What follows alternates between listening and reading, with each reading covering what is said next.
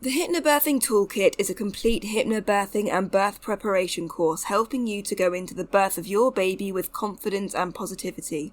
It's completely self-paced with pre-recorded videos, presentations, audios, PDFs, plus monthly live classes. It's a more affordable and flexible way to learn hypnobirthing and help you have the positive birth experience you deserve. Follow the link in the description below to begin your positive birth journey today. Hello and welcome to the Bell Mama Hypnobirthing and Positive Birth podcast. My name is Ellie Waddington. I'm a hypnobirthing teacher, antenatal instructor and positive birth coach, and I'm here to help you go into the birth of your baby with a positive mindset. Every week I share my top tips, advice and amazing birth stories to help you go from fearful and anxious about your birth to positive and confident. Make sure you hit the subscribe button and let's get into this episode. Hey gorgeous mama, welcome back to another episode of the podcast. I am your host Ellie Waddington and I am here helping you have an amazing birth experience. Today I have an amazing birth story for you. It's from one of my private hypnobirthing clients, Maddie, and I've been working with her since she was 20 weeks and I've enjoyed getting to know her so much. We just clicked and we've had an amazing time working together. So she had a home birth last week and it was quite a long labour. She found it quite challenging actually, particularly towards the end.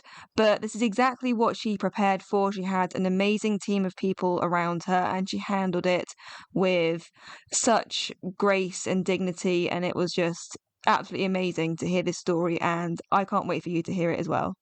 Yeah, so he was born on July 14th. That day before, on the 13th, I was really eager for him to come, and I just kind of felt like it was time, even though I had felt like it was time maybe all week long. I was very excited for labor to start, and I kept having intense Braxton Hicks. So I was like, oh, is this it? Oh, is that my mucus plug? So all these little signs were making me really anticipate his arrival. And then, yeah, so on the 13th, the day before he was born, I said, okay, let's take a long walk in the woods and eat spicy Indian, just all the old wives' tale things.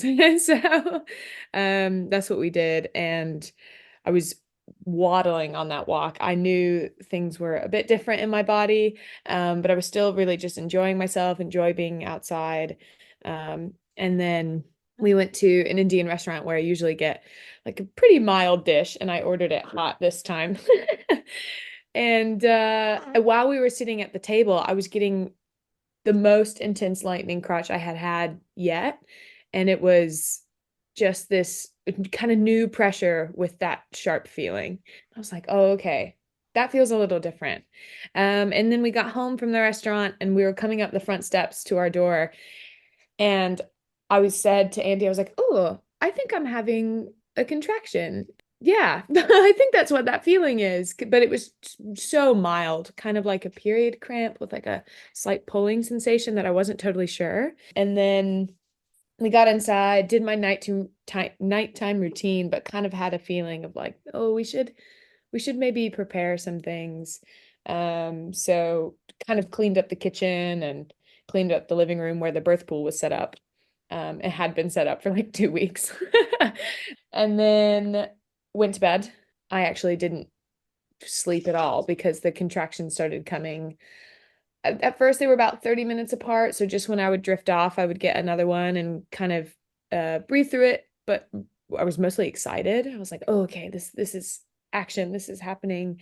And then they were about, let's look at Andy's notes.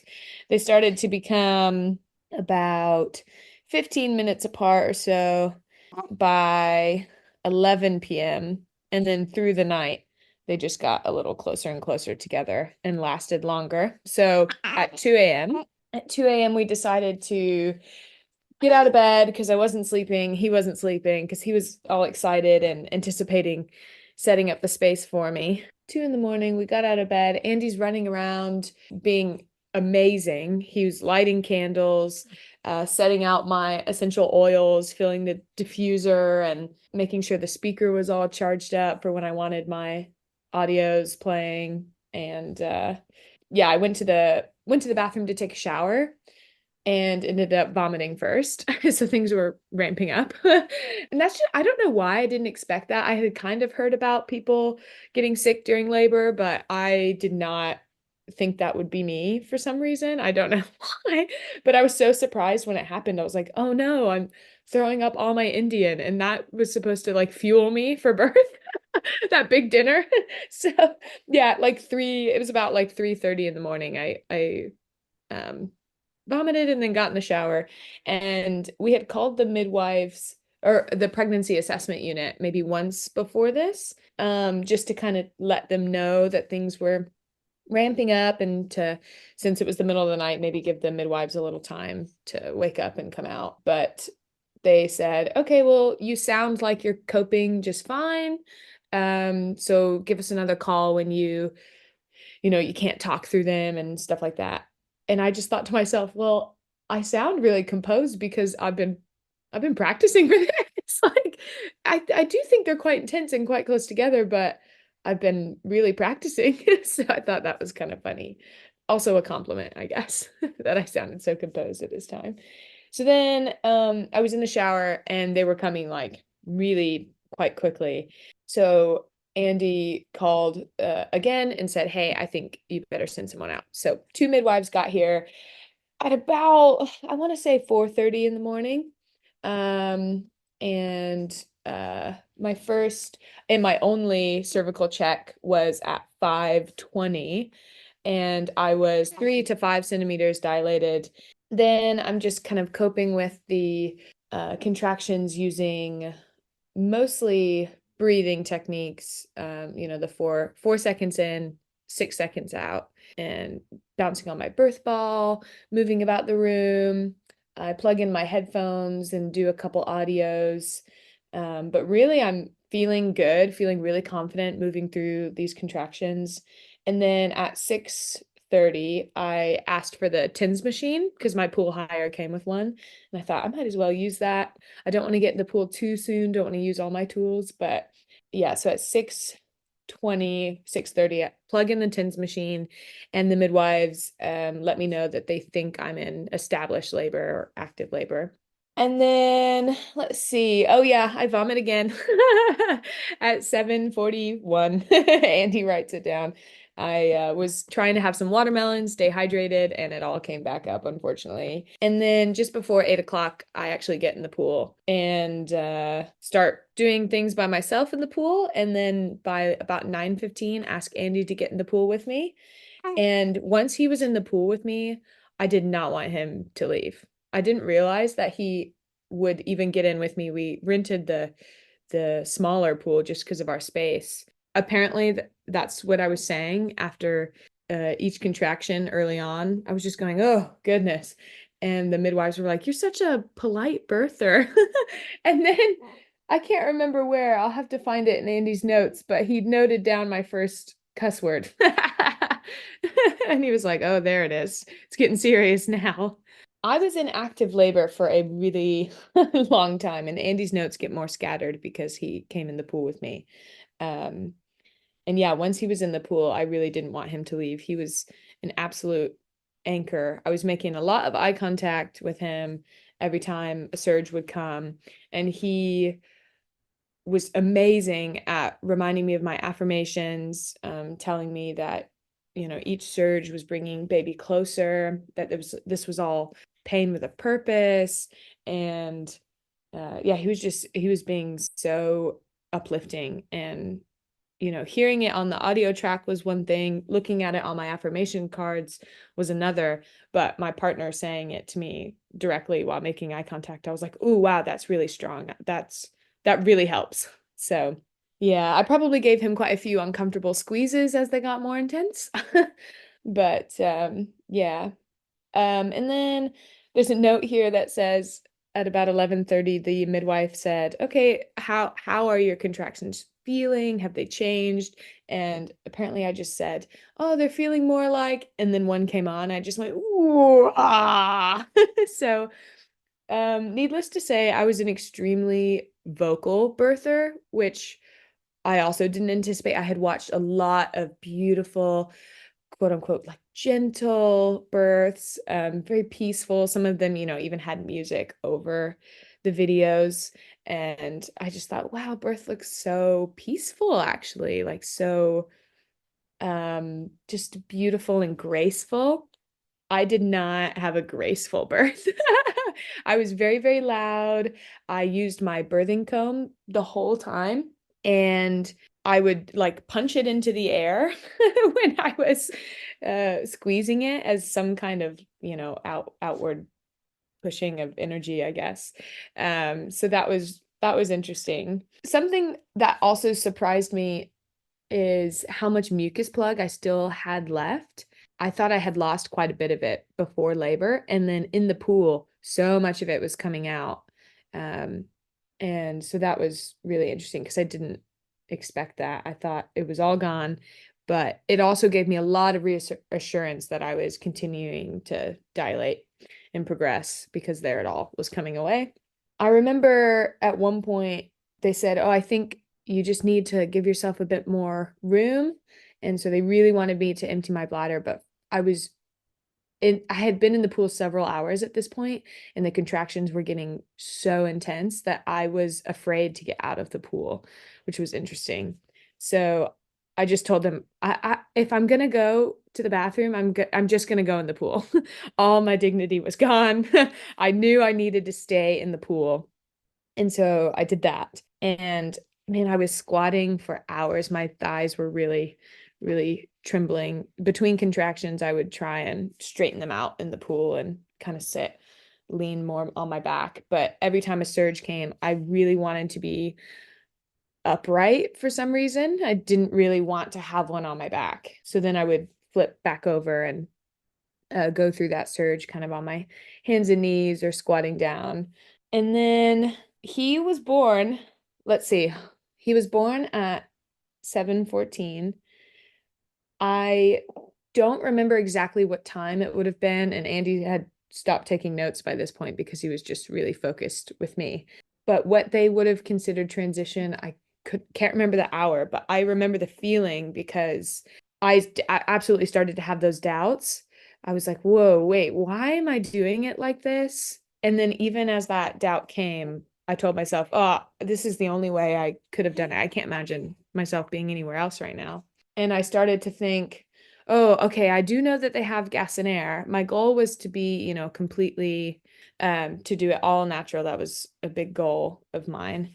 But then I thought, oh, okay, I could just get some gas and air right now. I could do that. I could ask, but that thought never came out of my mouth. I just thought it for a second. And then I started to say things when it felt more like pushing, all the downward pressure. I said to the midwife, this is really scary. I was like, oh, wow, this is really scary, actually. And she just looked at me and said the most perfect thing. She goes, it is. That's okay. It is. And I was like, oh, okay, okay. So I think that's where I was in transition. I was having doubts. I was so tired. I mean, I had gotten in the pool at 8 a.m. and he was born at 7 p.m.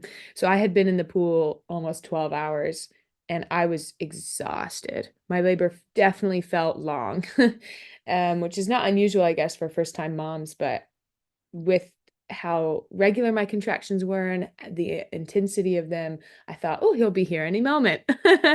And then, it got to the evening time and I could overhear the midwife saying, okay, so we expect him to be here between 5 and 7 p.m. or so. And it was maybe like 3 p.m. at this point. And I thought, whoa, I have that much time to keep doing this. But that's okay. So yeah, I definitely started to have those doubts. And then I was feeling so exhausted. And at one point, I don't know if this would be considered transition or pushing, but during that phase of kind of getting discouraged, I kept feeling like, wow, he's in the birth canal, like he's there.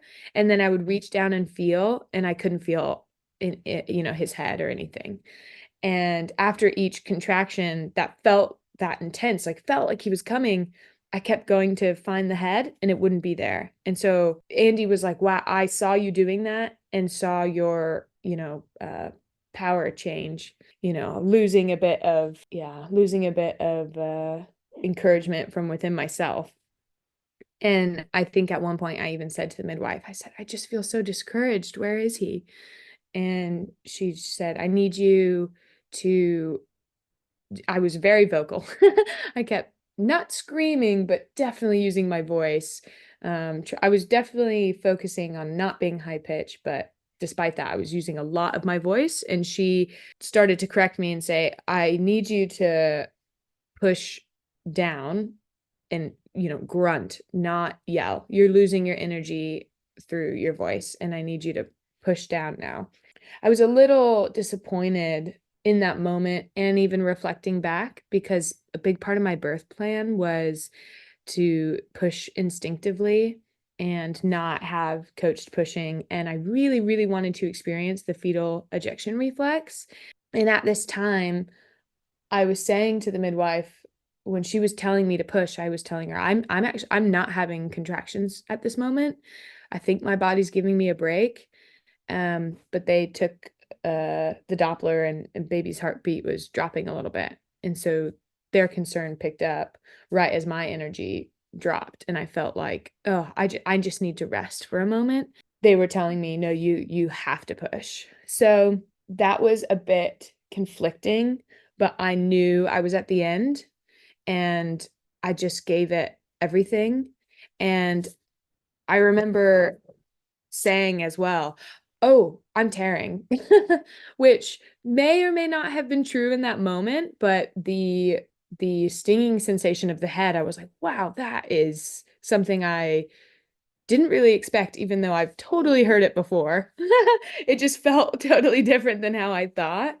But then when I said that, the midwife went, "You no, you're not." Even though, again, don't know if that was true or not. Doesn't matter. She said, "No, you're not," which is what I needed to hear. And you're not going to feel like you want to push, because that stinging is intense, but I need you to in that moment. And I just looked at her and was like, okay. And pushed and pushed, and his head was born at 7:12, and then his body at 7:14. So yeah, that was really emotional at the end. I felt that I had had a beautiful labor, despite it being long and taking a lot of my energy. I felt that I had had a really beautiful labor. I loved laboring in the pool. I had so much support. The environment was amazing. Andy was incredible. And then right there at the end, it felt like, oh, wait, is my hypnobirthing I practiced for all going out the window right now? Is my birth plan going out the window? This is not what I expected.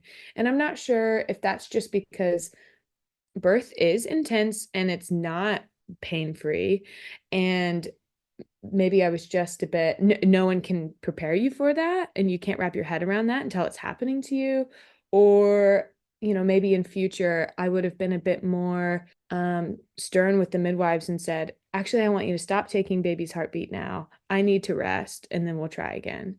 I don't know, but I was really, in the hours and couple days following birth, wrestling with that disappointment and frustration about how the end went. And then I thought, why am I focusing on the end? I did still bring this baby into this world with the power of my body. I still got to have my beautiful home birth, my water birth, and I did it without any pain relief, which was a big goal of mine.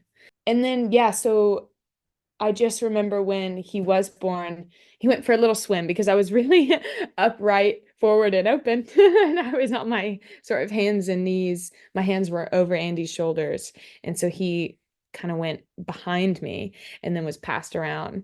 And I just remember saying, hi, baby, over and over again. And in that moment, everything that had just happened, all that doubt and all that pain I was feeling was worth it. And I know that's a cliche, but it really was. I was so proud of myself right away. I was like, oh wow, I just birthed this baby, and here he is. And I knew immediately, he wasn't crying, but I knew immediately that he was okay, and that I was okay, and that it was all going to be fine.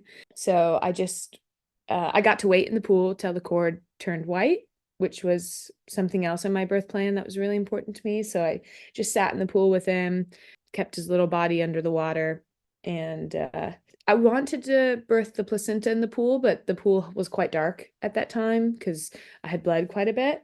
So we cut the cord after it had stopped pulsing in the pool, and then I got out, came onto the bed, and the placenta was born at 1940 or so. And really, I had put in my birth plan that I was happy to wait up to 2 hours for the placenta to be born naturally. I wanted an unmanaged third stage, and I didn't even have to do anything. As soon as I was with baby, we were attempting to breastfeed, the contraction started, and there it came. And I was like, oh, I expected to have to, really be stern with the midwives and say, I want to wait, don't worry, but it came right away. So that was no problem. Yeah, oh, something back during the pushing stage or transition, I was getting these really, really intense contractions around, 5, 6 p.m. And I was saying to my midwives, I don't think my waters have broken yet. And I feel like if they did, it would just really help. It would relieve some of this. It would help, push him into the birth canal. And I feel like my waters really need to break. And then at 6 p.m. they did break. And that's sort of when the contractions felt totally different. And it felt like he was moving down into my birth canal. So that was interesting that my waters broke only, an hour and 15 minutes before he was born, even though I had been in labor for almost 24 hours. So yeah, I guess they started maybe 8:30 p.m.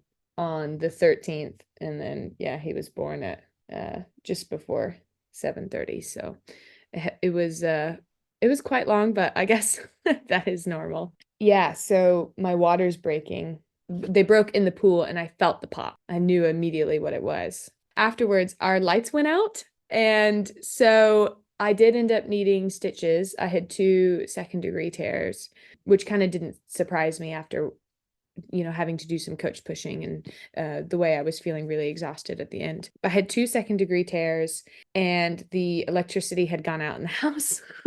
So they were obviously fully capable of stitching me up at home, but it was way too dark at this point. So they said, okay, let's transfer you to the hospital so you can go get stitched up under adequate lighting. And I was happy to do that. I knew it would take, 30 minutes. Baby got to be with me. No big deal. So we get in the ambulance, go to the hospital. I get my stitches. And at that point, I used gas and air. I thought maybe I deserve this actually. So during my stitches, I was using gas and air. And Andy was holding baby next to me. And then we got to come home. Yeah, so I still got my beautiful home birth and then somehow was at the hospital the same night.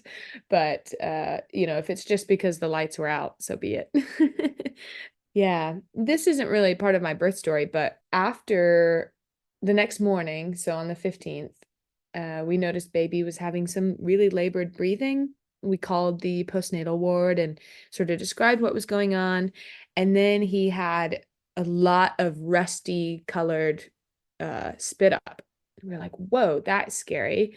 It's definitely not from my breast milk because he had only maybe fed twice at this point, and my nipples weren't even sore yet. And so we took him in to the postnatal ward, and turns out he had just swallowed a bunch of pool water. And it was a bit heavy on his lungs. So he had to get monitored for a few hours just to make sure there wasn't going to be an infection developed or anything like that. So we did end up back in the hospital, which was strange. And I felt like I got a glimpse of what maybe having given birth and then going to this ward would have been like in succession, and was again just so grateful for my home birth. I was like, wow, I can't imagine having been in this environment for all of that. I was grateful to be there when we were there though, to make sure baby was okay, and he's just fine. But yeah, so we did end up in the hospital twice, once for stitches and once for baby following the birth. But yeah, and everyone, it was so interesting. All the midwives who came to visit at the hospital and check on baby all said, congratulations on your home birth. They were so enthused that I had had one. And all of the midwives that attended, because I was in labor so long, the shift changes, I think they must be every 4.5 hours or so. I can't remember exactly, but we had like a total of 6 midwives throughout this whole labor and birth. And every single one of them who came through the door was so excited that they were attending a home birth. And I felt, oh wow, this is really special. And it's so cool to see them so enthused and so supportive of this. So I was grateful for that. Yeah, I really loved the pool. I think I would have another water birth. Absolutely. Loved laboring in the pool, loved delivering in the pool. Using my voice was the only way I knew how to get through the contractions. And maybe in my next birth, I would practice the vocalization out loud before. So that's not something I really did, but to make sure that I'm not sending my voice or sending my energy out through my voice, but using my voice to send my energy down, into my womb and birth canal. So as silly as it may sound, practicing, making all these crazy primal noises way before I'm ever in labor. So that's pretty much it, I think.